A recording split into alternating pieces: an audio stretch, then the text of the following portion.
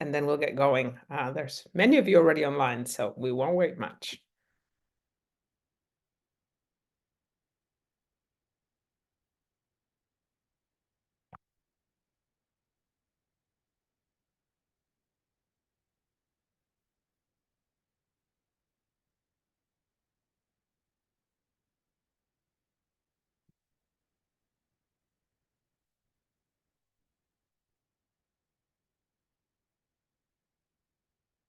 All right. Why don't we get started? Hi, everybody, and welcome to this UEBT Digital Dialogue.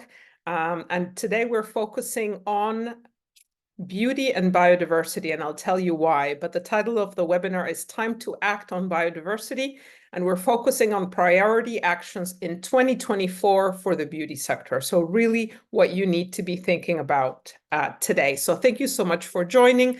My colleagues will put a few housekeeping rules in the chat. Please feel free to also introduce yourself in the chat, say hi, but we will be using the Q&A feature for questions or comments that you may have on the substance, on the content of the presentation. And I hope we will have time for exchange because I know many of you and are really quite curious to also your views on what are some of the things that we need to be thinking about as we look forward to the year. So yeah, with that, let me introduce myself. Actually, I'm Julia Oliva. I'm Director of Policy and Sector Transformation at UEBT.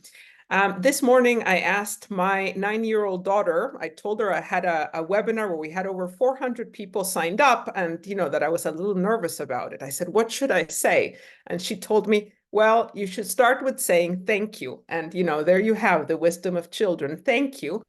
Because in fact, what I'm going to talk about today are, in fact, ideas and experiences from many of you, both in terms of companies and people that we have been working with at UEBT over the years, but also those of you that kindly gave me your time for discussions in the past 6 months to really think about how the beauty sector is looking at biodiversity, what we're doing right, and what we need to do better. So what I'm going to talk about today is really the accumulation of all of those ideas and all of those experiences. And for that, I am really very thankful and privileged to be working with the companies and the people that are here today. So thank you so much again for joining. So let's get going.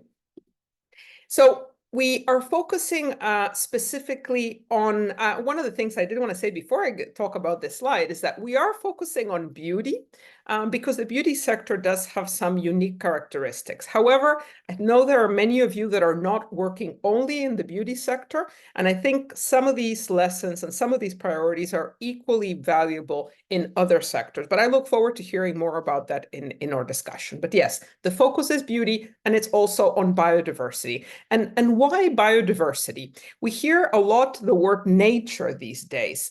Are nature and biodiversity the same thing? Should we be thinking about biodiversity as something different than nature? And in fact, we should. Nature is, of course, the natural world around us, mountains, rivers, animals. When we talk about biodiversity, we are really focusing on the living organisms. So a mountain is nature, it's not biodiversity. But even more importantly than the focus on living organisms is the focus on variety, right? So we're talking about the range of the different ecosystems from forests to deserts. They're both, biodiversity rich, the diversity of species, and also genetic variability. So it is this diversity that's very valuable, and also the interconnectedness, right? How everything comes together. And there's lots of beautiful examples of this web of life, how it all comes together. One of my favorites, and you may have seen it on Instagram or TikTok, is a video called How Wolves Save Rivers. And this is a story of how wolves were reintroduced in Yellowstone National Park in 1995 after 70 years of having had no wolves in that national park. And it's a beautiful story about how by reintroducing the wolves, The deer population, of course, went slightly down. But more importantly, it wasn't that the wolves were killing so many deer. It was rather that they were changing the way deer were behaving. Because there was a predator, they were, for instance, avoiding the spaces where they could be easily caught, for example, by the rivers. And that area by the river, the vegetation started coming back. Birds started coming back, fish, beavers. Beavers changed the way those rivers were behaving as well. So for the first time, year upon year, the whole ecosystem of the Yellowstone National Park really became so healthy, so functioning, so integral. And this had to do with this connection that oftentimes cannot be foreseen, right? So this is one of the things about biodiversity. It is complex. However, that doesn't mean that it's complicated. And one of the things that I hope you'll come away with today is that, in fact, there's a lot that you can do within your companies to work on biodiversity specifically, right? And just another way to illustrate this unique element of biodiversity is this distinction between, in the screen, you see this kind of pine forest. There's nature there, there's green, there is little diversity, there is little resilience, whereas the icons on the right show a functional, healthy ecosystem where there's many things coming together, this variety, this interconnectedness. That's why the head of sustainability of BNP, the bank called biodiversity the expression of nature's resilience, is what allows nature to actually come back after shocks such as extreme climatic events or climate change. And this is also why the focus on biodiversity is so important. And we're calling 2024 the year of action on biodiversity. And what makes this year so critical when it comes to biodiversity? Well, one of the things, and you will have read this in any paper on any given week, is the biodiversity crisis, of course. So we continue to see a loss of ecosystems, a loss of species, and of course, a lot of the services that these species and these ecosystems provide. So there's soil erosion, there's water quality problems, there's problem with pollination because of the loss of biodiversity. So this is a huge and pressing issue, not only for us as people, but for us as companies in the beauty sector, which we rely on all of this wealth of biodiversity around the world. What is also makes it very important to focus on biodiversity is that for the first time, as you know now, for a year, we have a global framework for action. This was once called the Kunming-Montreal Global Biodiversity Framework. It's now being discussed as the Biodiversity Plan, which is easier to remember, and it has this beautiful logo that's on your screen. What makes this unique is that we've had really all countries in the world committed to this biodiversity plan. And this plan adopts a comprehensive approach. It's looking at biodiversity and all of the factors that are driving biodiversity loss, from climate change to pollution to land use change. Another very important thing about this global framework from our perspective is that it recognizes the role that people have in addressing biodiversity loss, in conserving and restoring biodiversity. So the plan talks about things like equity, it talks about things like gender, it talks about things like human rights. So it's extremely comprehensive and balanced, and it's aimed at all of society. Even though it's generally governments that negotiate these strategic frameworks, for the first time ever, there is a clear mention and role for business to take this framework, this plan forward, and some very concrete ideas and movements around this. So we really have this amazing momentum for work on biodiversity. And I know just from the people that were saying hi to me when they were coming in, many of you have been working on this for years. And I think you'll agree that we've never heard so much about biodiversity. So this is really an opportunity for us that have been working on this for a number of years. So biodiversity is high on the political agenda. It's also high on the corporate agenda because of this biodiversity plan, but also because of other issues. one key point, and this is a quote from the head of the United Nations Environment Program: conserving nature and adapting to climate change are two sides of the same coin. So all of the companies that were talking about climate change, but not biodiversity, now realize that they're not going to find effective solutions to climate change if they are not looking at the nature, at the biodiversity side. So you will see, for instance, that in climate change summits, there is now a biodiversity day, a specific day focusing on this topic, because there's this realization of this intrinsic interconnection. There's, of course, all of the regulatory requirements that are putting biodiversity on the corporate agenda, things from everything from the EU Green Claim Directive to the Deforestation-Free Products Regulation and the upcoming directive on corporate due diligence. All of these elements are making us think about this topic. There's also stakeholders' expectations. Investors, clients, consumers, everybody's asking questions about biodiversity.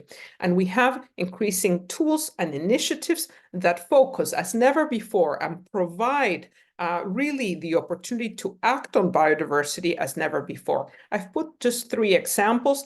The Task Force on Nature-Related Financial Disclosures, which has recently issued its final framework, science-based targets for nature. And you'll know that both of these initiatives existed on the climate change sector and now are focusing on nature, including on biodiversity. And you have the Global Reporting Initiative, which just recently issued its updated biodiversity standard. And it's really set a very high threshold for reporting on biodiversity. So these are, if your clients, if your consumers, if your investors, if your colleagues are not asking you about biodiversity, all of these frameworks, all of these initiatives will put these questions increasingly in front of you. And what does this mean? What do companies need to think about if they need to think about biodiversity? Well, one of the terms that you may have heard, especially when it comes to the reporting context, when how your company talks about biodiversity, is this idea of double materiality. It's not enough for a company to consider how issues around nature may impact its business. It's also necessary for companies to think about their own impacts on nature and to report on both of these material issues. So this is, I was talking to one of the big consultancies, and they were saying how 2 years ago, nobody was talking about double materiality, and now they're having to develop all kinds of ways to measure double materiality because companies have recognized that this is the way that they need to think about their relationship with nature. Another important element, and this comes really from the Task Force on non-financial, nature-related financial disclosures, is this notion that you shouldn't just look at the impact, you should also think about the dependency, right? Companies not only impact nature, they also depend on nature in many ways, and particularly when it comes to the beauty sector.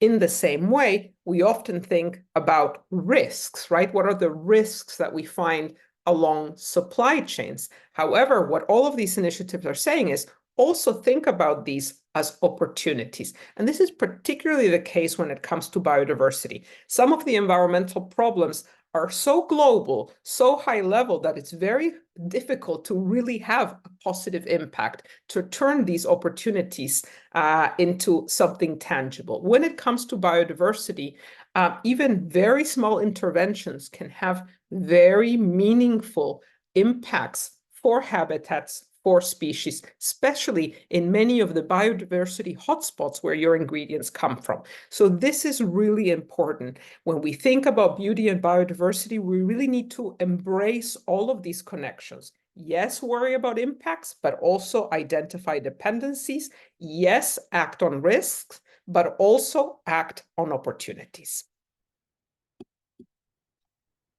Now, of course, when I talk to you about a company is many things. It's its supply chains, but it's also its operations, its subsidiaries, and of course, its downstream activities. And sometimes companies wonder, well, where to start, right? Should they start with their own operations? Should they focus on packaging and the downstream potential impacts. And of course, as a company, you need to do a little bit of everything. But I think it's really important that when we think about nature and we think about biodiversity, a lot of the studies that have already been done on the beauty sector and this materiality show that the biggest impacts and dependencies, risks, and opportunities are on the supply chain, right? You'll see it here, especially when it comes to terrestrial ecosystems and freshwater ecosystems. There just isn't any real information about impacts and dependencies within the company or at the downstream level. But we know that those impacts are very high in terrestrial ecosystem as well as the dependencies, and high for freshwater ecosystems. So this is really important. This is where you need to focus based on the materiality, based on what is relevant to your company, to your sector. But there's also, and this I've adapted from a philosophical quote I like, actions are the ground on which we stand, which certainly, no matter what your policies are within your company, or if you have a green roof in your factory, it's the action on the ground in your supply chains, in those local communities. That's what your company needs to stand behind. And this is why this idea of focusing on supply chains and responsible sourcing practices when it comes to biodiversity is so critical. So I was mentioning the idea of both impacts and dependencies, risks and opportunities. And this is so, I would say, almost easy to explain when you're talking to beauty companies, because of course, biodiversity is in the bottle. And let's see if I did not prepare this, but I do happen to have one beauty product on my desk, and this is Kakadu Plum, which is of course, this is a lip luster, and this Kakadu Plum is of course wild collected from Northern Australia. So here I have biodiversity in my lip balm. And this is just one example. You have in all beauty products, of course, the formulation base, which is made up of alcohol, oil, waxes, butters. These are the big volumes you work with, right? And this is indeed where you have some of the big, the risk of negative impacts, right? Linked to deforestation, linked to some agricultural practices, etc. So you absolutely need to look at these types of ingredients and think about traceability and think about reducing negative impacts. Oftentimes, companies in the beauty sector will have limited influence over these types of supply chains. So it is really about selecting who to engage with, and also becoming involved in some of the larger initiatives that are seeking to change the way that those commodities are sourced. However, no less important, maybe less in volume, but no less important, are those specialty ingredients, the active, the sensorial ingredients that come from botanicals, plant extracts, essential oils. And of course, in terms of volumes, you'll see there, it's a very small little green leaf. But when it comes to the opportunity aspect, it is huge, right? Because these botanicals represent biodiversity. They come from all over the world. They come from biodiversity hotspots, often very vulnerable ecosystems, often very poor areas. And companies have a lot of strategic interest in the supply chains, in these particular supply chains that, will feature in their products, such as in my Kakadu Plum lip luster. So there's a real opportunity there with that strategic importance, with that influence in many of these supply chains to make a difference. And so, as I was saying before, this is something quite unique when it comes to biodiversity. This opportunity to actually say, we are doing something that's improving, that's restoring biodiversity, that is improving people's livelihoods and their ability to conserve and use sustainably the biodiversity that they have around them. So very important to think about when you think about biodiversity, think about these two aspects: reducing negative impacts, particularly when it comes to the bigger commodities, and promoting positive impacts, especially when it comes to these botanicals. We have, of course, potential negative impacts and also risks around these botanicals. And human rights, of course, is a concern in many of these, equity, prices being paid. But even then, there's a real opportunity to engage and address some of these problems. Because this is something that actually I'm very proud that is at the center of our work of UEBT. And we are always working for people and biodiversity. And this isn't just something that we've added.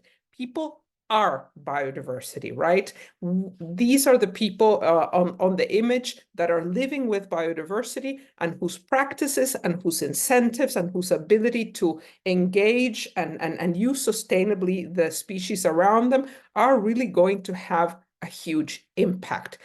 So this is, for us, very important. No action on biodiversity should ever forget that there are people involved. We always need to consider the social aspects of all of these measures on the supply chain, equity aspects, human rights aspects. We also have to think about that sometimes in the name of sustainability, we take measures that can have unintended consequences, right? One of the examples that somebody gave me for this study was moving towards cultivation. Wild collection, of course, has a number of risks when it comes to, for instance, understanding what are good harvesting practices and getting this type of information. The areas involved are oftentimes also very large, so it seems that the company is relying on large areas of land for their production. However, wild collection is oftentimes done by women and has a huge impact on the well-being of families and children. So this colleague from Africa was saying how she had seen that moving to cultivation was actually having a negative impact on the community, on the education of the children in the community, and also on the incentives to preserve that forest around the community, because agricultural land was becoming more important. So again, just a simple example of how looking at the social aspect of biodiversity is so important. And it's only through people that we will be able to identify and find the solutions, because that's also another characteristic of biodiversity.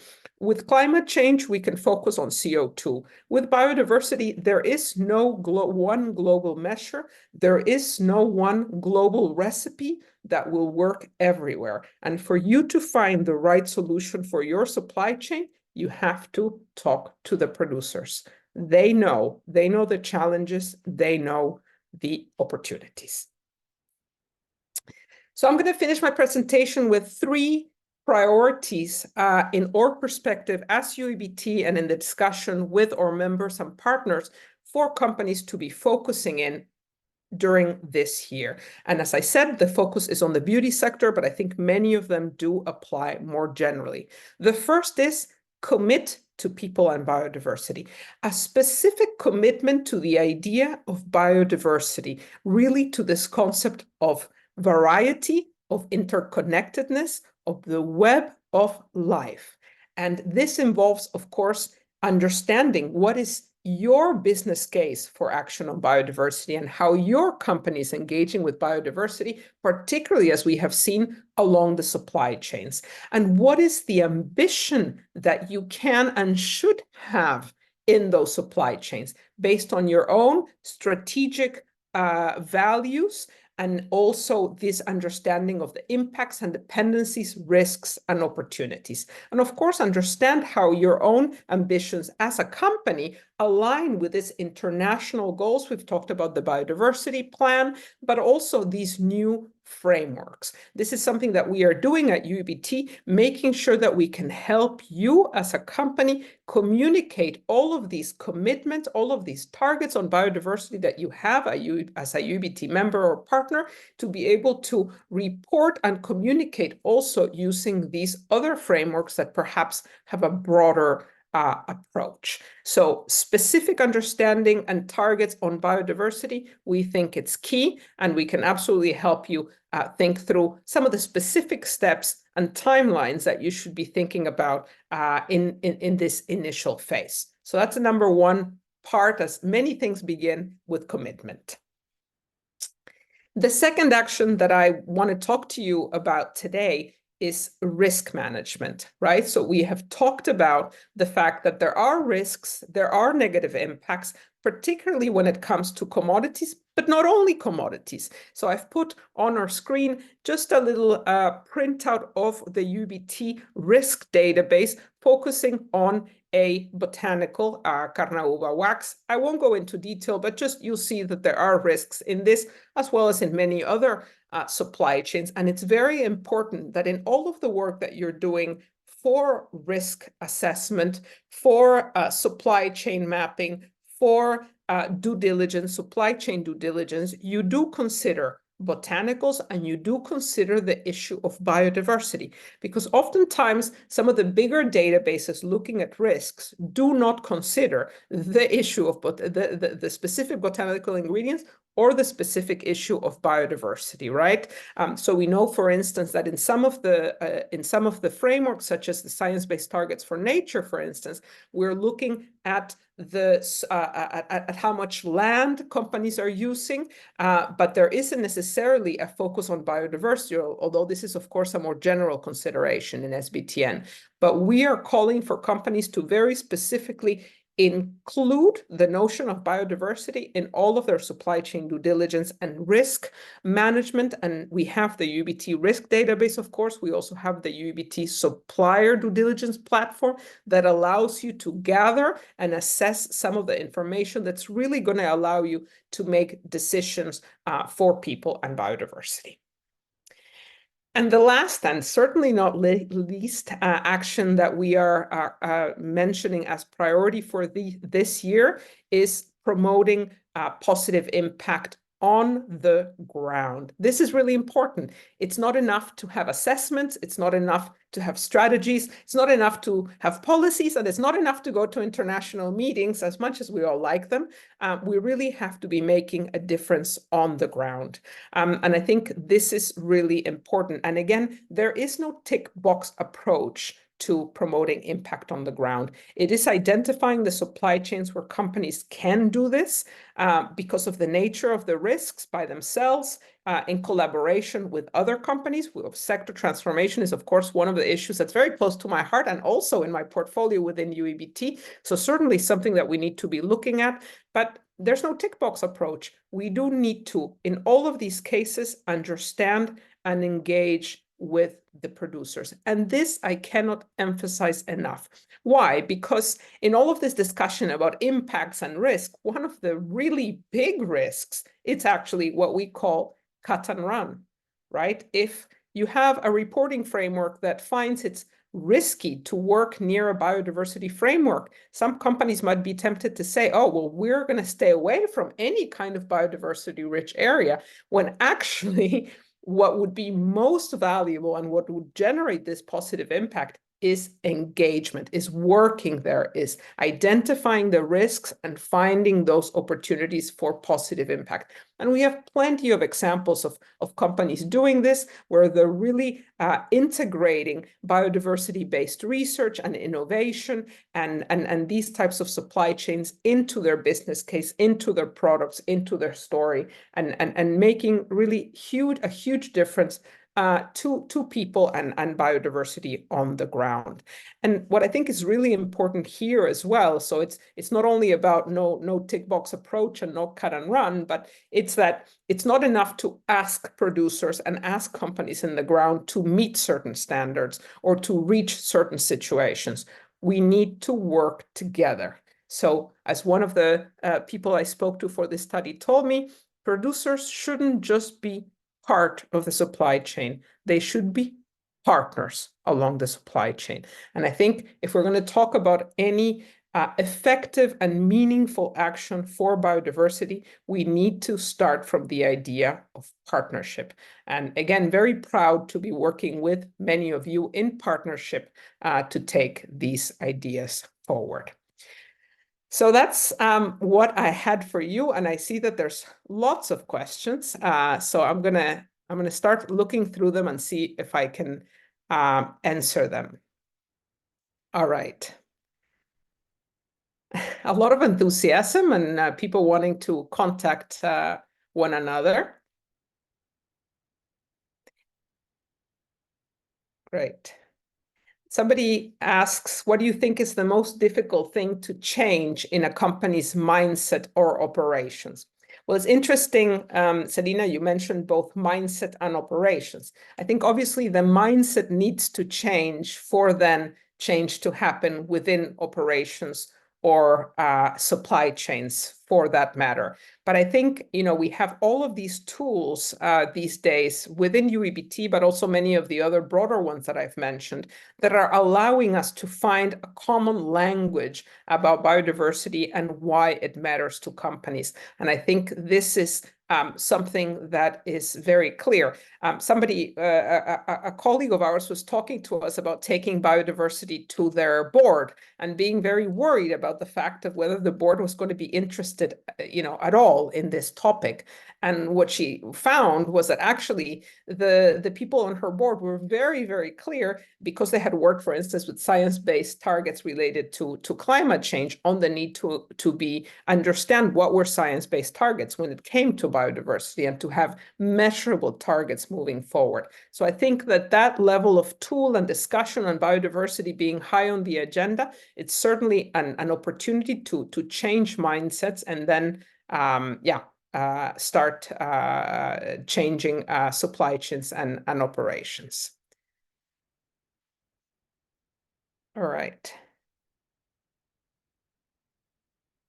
So somebody's asking me, I'm now looking at the chat or the Q&A. I'm now confused. Sorry, Lara, I think I was looking at the chat. Hi, Julia. So everything's in the Q&A. Okay. And there's many, so hopefully you're seeing them now. Yeah?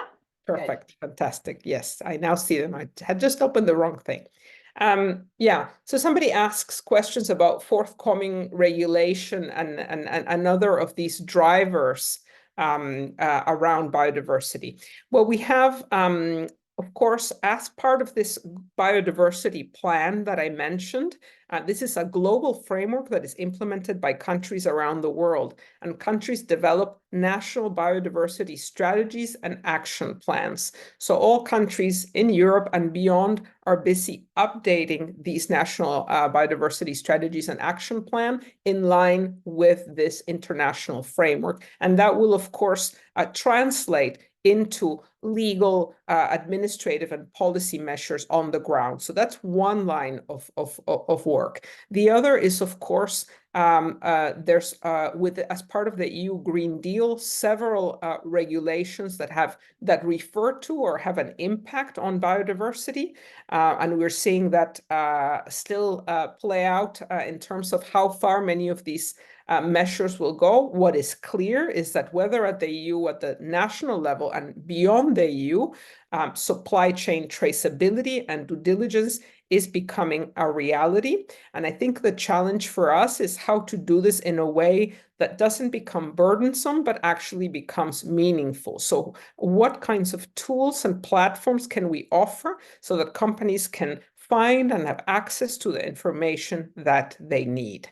So I think that I would say that supply chain due diligence is very important when it comes to upcoming regulation. And I think also this is not a regulatory matter, but although it can be, and it's about disclosure and reporting, there's both regulatory and just investor pressure for companies to be talking about biodiversity.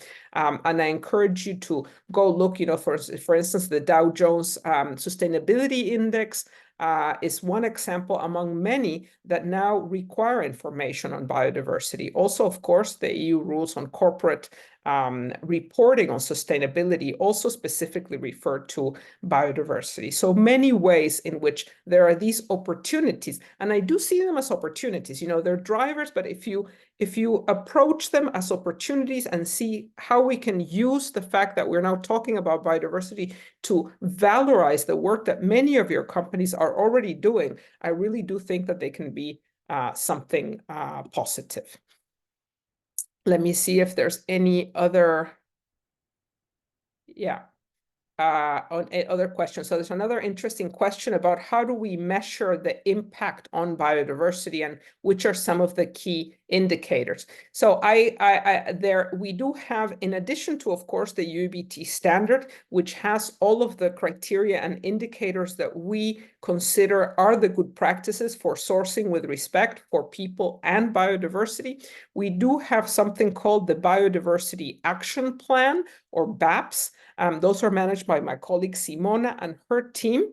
I encourage you to look on our website at the specific methodology of developing these biodiversity action plans. And if I may say, I'm a lawyer by training, so I'm really the last person to speak about the technicality of those issues. But what is really interesting is that these are tools that have been developed for use at the producer level, even by small companies that have limited resources and limited expertise. So there are all kinds of indicators that can be measured and controlled at the local level without necessarily any innovative technologies, although we are also looking at new technologies like remote sensing, environmental DNA, about how some of these elements might be used. But of course, with a concept as complex as biodiversity, it's not just about gathering a lot of information, but figuring out what that information tells you. And this is where the idea of the Biodiversity Action Plan, I think, is particularly important. Great. So there's another one good question. So I'm super excited by these questions and hope I'm doing them justice, because I think we could speak hours on just any of them. Somebody asks about the UN Biodiversity Plan. Does it look at both people and biodiversity? Because it seems to focus mostly on conservation of biodiversity. Well, it's true that the people aspects are considered cross-cutting considerations rather than targets in themselves, right? So the biodiversity plan says you need to consider, for instance, gender issues in working on any of the issues, from conservation to sustainable use to restoration. However, for instance, the biodiversity plan talks about agriculture, talks about trade in endangered species. All of these issues inevitably involve people. In fact, any issues around biodiversity, from conservation to restoration and sustainable use, involve people. And I think it's really about engaging people at all of the different levels in the whole of society, as it says. So I would say absolutely. The biodiversity plan assumes that we are always looking at people and biodiversity to identify risks, but also to find solutions. Armand, nice to see you here. And you ask what biodiversity-related variables seem the most relevant when it comes to beauty companies. And of course, biodiversity, there's lots. Do you measure genetic variability? Do you measure landscape diversity? I think you really do need to figure out where to start and which are the most relevant in any particular context. And I think from that, as you say, that broad menu of variables or indicators that are possible when it comes to biodiversity, there are a few that are going to be particularly important if you're working in the desert in Mexico or in Madagascar, in places where there are still forests or have been forests. So a different set of criteria is going to be relevant there to figure out what needs to be done for, in many of these cases, restoring biodiversity through good practices and specific interventions. And I think it's really about measuring, again, what is meaningful rather than just having information about any particular issue. When it comes to other areas, so I know, for instance, many fragrance companies are working on citrus projects, and their genetic variability is particularly important, and also many other cultivated ingredients. So there it may be that it's a different set of indicators. And here's another fantastic question. I'm very glad that this person asked, does engagement also apply to endangered plants? For instance, CITES listed species. Should the beauty sector stop using this species? So I would there say categorically, no, you should not stop using CITES listed species. Of course, there are different appendixes of CITES, right? So Appendix 1 are the ones that you shouldn't touch. Those you shouldn't touch. But most of the plant species that we are talking about when we talk about CITES listed species are Appendix 2, and their trade is allowed as long as it is sustainable. And it's not just that it is allowed, it is in fact encouraged. Why? Because, you know, in the Convention on Biological Diversity, and this is the framework in which we are talking about this biodiversity plan, one of the things that was so innovative about this convention in 1992 was that, of course, it was not a conservation agreement. It was a sustainable development agreement. It doesn't just talk about conservation. It talks about conservation, sustainable use, and fair and equitable benefit sharing. And the idea there, going back to this idea of people and biodiversity, is that if the local people don't benefit, they have no incentives for sustainable use. And if there is no sustainable use, we cannot have conservation. So it's the same thing for CITES listed species. I think it's always, of course, you know, the compliance with CITES involves a certain degree of paperwork, but I think it's an incredible opportunity for engagement, especially with many of the plant species that companies in the beauty sector, in the fragrance and flavor sectors are using, that where actually governments are seeking out companies to engage with them and finding ways to improve their management and valorize those species and give local communities incentives to engage and in good practices. So that's a bit of a long answer, I realize, but yes, the short answer is absolutely, you should engage and find ways to promote sustainable use. All right. By the way, Lara, I've lost complete track of time, so you'll tell me if I need to shut up, yeah? I will. You have 15 minutes. Okay, so great, wonderful. Okay. Sandra, you asked me about this idea of biodiversities in the bottle, and this has impacts and opportunities. I mean, of course, with any supply chain, you are generating a dependency, right? Because it's something you need for your product, and potentially also an impact, right? If the practices are not sustainable on the ground, so if you are sourcing a crop from a place that is has inadequate use of pesticides, for instance, then you are potentially generating a negative impact on biodiversity, right? So these types of situations would be situations where you need to reduce negative impacts.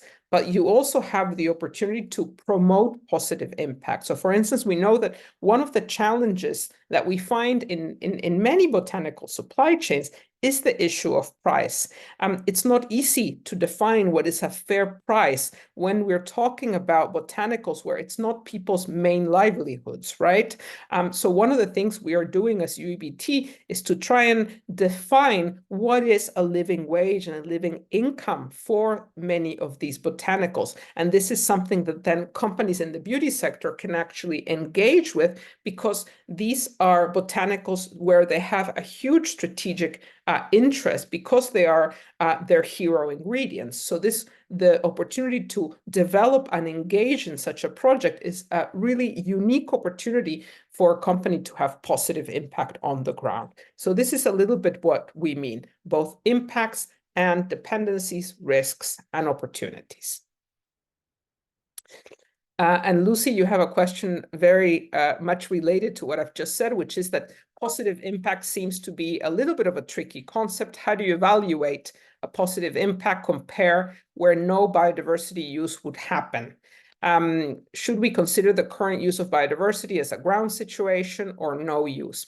I think that what we really have to recognize is that there are very few intact ecosystems in the world, right? In most places, biodiversity is being used in different ways. What we are trying to promote is the sense of, sourcing with respect, that the work that is happen within good practices, within an understanding of these connections, both in terms of the sustainable use of the species, but also the link between the species and other species. So I'm sure, I think you're right, Lucy, that there may be some cases where there is an area where there are no supply chains, and there may be a question around whether a supply chain should be developed. Although if there are people there living that have no livelihoods, I'm sure that they would tell you that they need a good incentive for finding other ways of finding other non-consumptive uses of the forest, right? And we've seen this in multiple situations. And one of my first work trips, I had the opportunity to go to the Chocó in Colombia and saw how an innovative product that had been developed from the local biodiversity was giving the local communities the incentive to really protect the forest around their communities, where before it was their only source of income. And suddenly they had this new income that was providing them for what they call the value of the standing forest. So if we can give people and standing a livelihood and the standing forest a value, I think that that's really interesting. But there may need to be baseline assessments if we're talking about really intact ecosystems. So you're absolutely right about that. Yeah.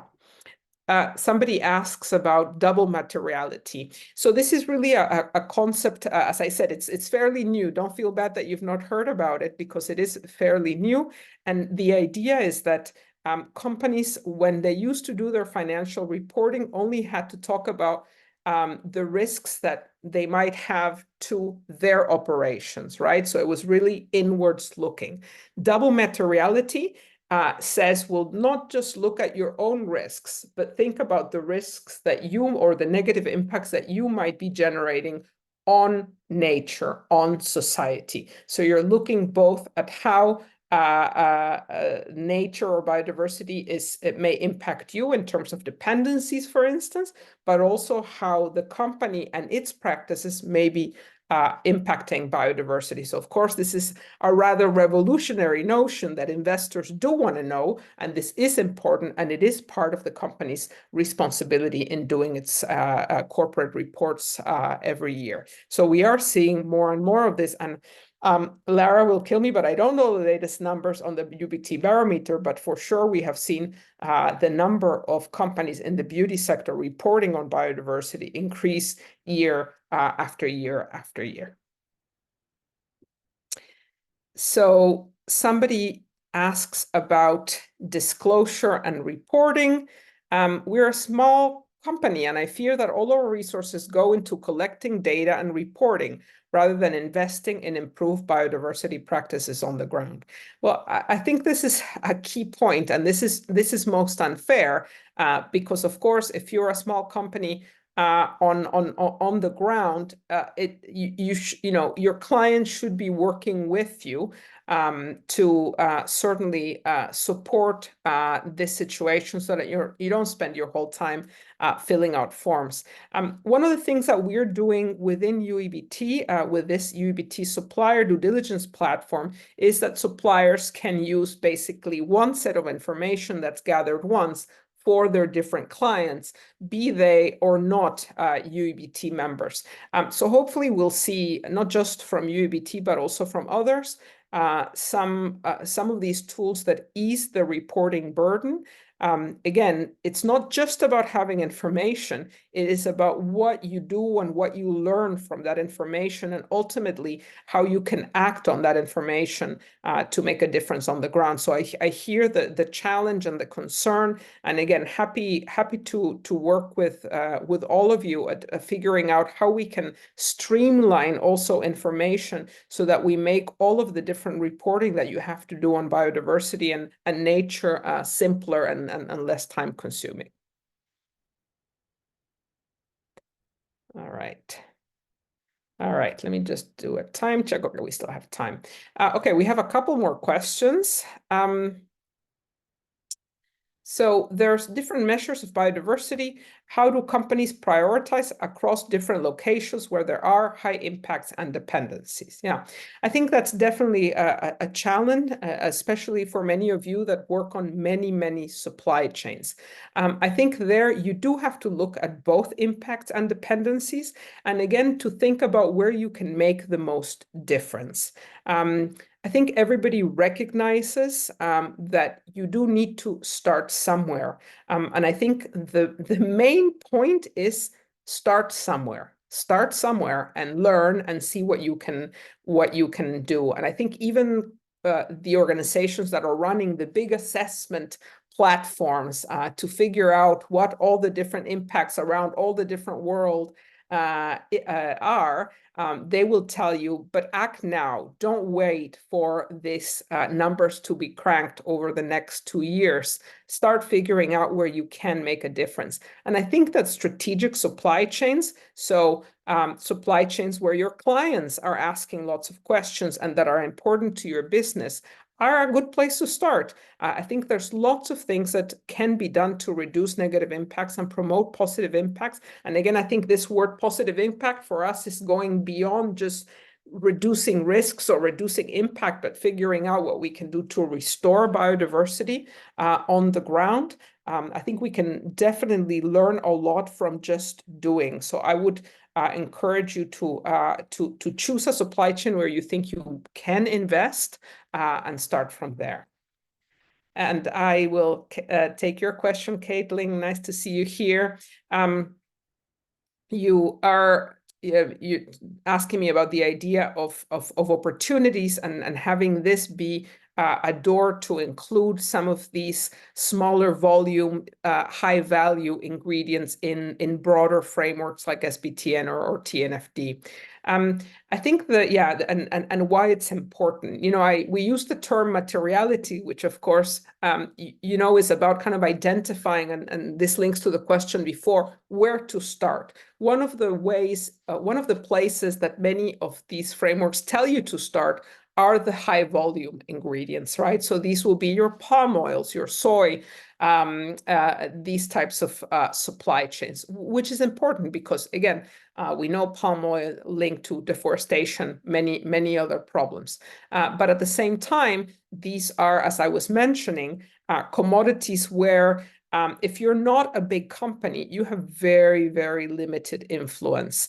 So there's very little that you can do to actually change things on the ground. Whereas if you focus on your 5 hero botanicals, this may be supply chains where you are either yourself more influential in the supply chain or are quite close to a lot of the companies that are working in similar areas. This is also an interesting opportunity to the idea of landscape level work, right? Where you can really work with people, different companies that are sourcing from that area to find how some of the smaller interventions that you may make can be synergetic with some of the other work happening on other crops in that region. So I think it's really in these smaller supply chains that work becomes more manageable. And again, it doesn't mean that you don't have to address the issues around palm oil and alcohol, sugar beet,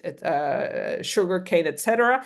But really that we shouldn't forget that in these types of supply chains, we can actually work and have a very important role in reducing negative impact, again, around maybe the lack of good agricultural practices or issues around equity, and then promote positive impact, regenerating nature, and also improving livelihoods on the ground. All right. Well, I think I've answered. Oh no, I see more below. I was gonna patting myself on the back, but I see I'm far from done. Good. So there's a question, hi Suel, around whether conservation is enough or that we need to go beyond, and is to really attain net nature positive results, is cultivation better than wild harvesting?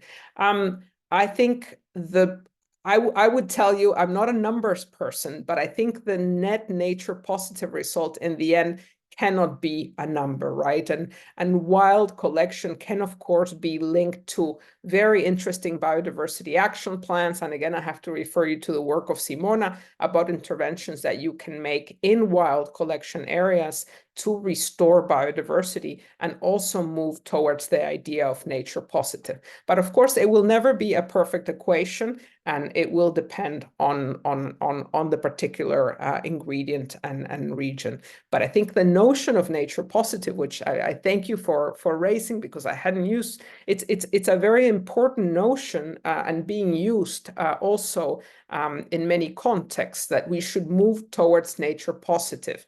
But please be aware that this is not meant to be something that you can figure out on a spreadsheet, but really it's the notion that we need to reduce biodiversity loss and kind of turn the needle to increasing biodiversity and restoring and regenerating. And again, some really interesting and exciting work happening on these issues at UEBT and beyond. Lots of partners present today working on these topics at ABS Biotrade and other organizations. And of course, super happy to be working with people on this. Somebody asks, is nature positive considered greenwashing? Well, I can tell you nature positive certainly has the potential to be a greenwashing term, and it is perceived to be risky in that sense. It's very important because it shows us that we are beyond talking only about conservation. Unfortunately, we have lost too much to only focus on conservation. The good news is we can do a lot on regeneration and restoration. And if the nature positive leads us to this idea, it's great. If it leads us to claims that are very difficult to prove in practice, then that's a concern. So I would discourage companies from using nature positive as a claim. It's certainly, let's say, a horizon to move towards and an inspiring principle.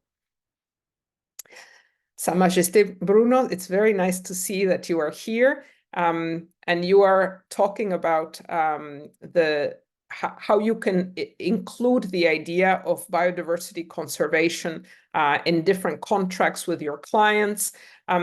I think that it's often, and I'd be curious to discuss more with you, but it's oftentimes that producers are asked about conservation practices and good agricultural practices, etc.